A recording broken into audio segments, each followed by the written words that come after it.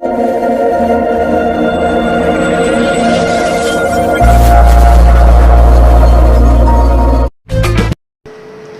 Everyone, welcome to smiley Shashi dreams world channel.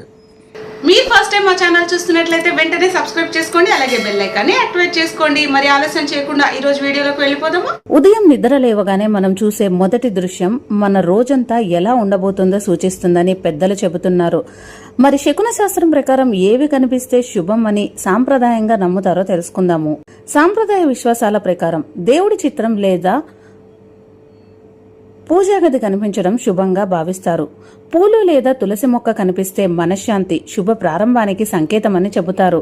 నవ్వుతూ ఉన్న చిన్న పిల్లవాడు లేదా పిల్ల కనిపిస్తే ఆనందకరమైన రోజు ఉంటుందని కొందరు నమ్ముతారు. ఆవు కనిపిస్తే ఐశ్వర్యానికి సూచనగా భావిస్తారు.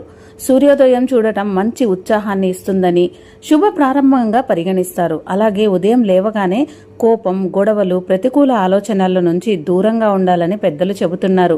ఇవి శకున శాస్త్రంలో చెప్పబడే సాంప్రదాయ విశ్వాసాలు మాత్రమే. మీకు ఉదయం ఏది కనిపిస్తే ఆ రోజు బాగా జరుగుతుందని అనిపిస్తుంది? కామెంట్లో చెప్పండి.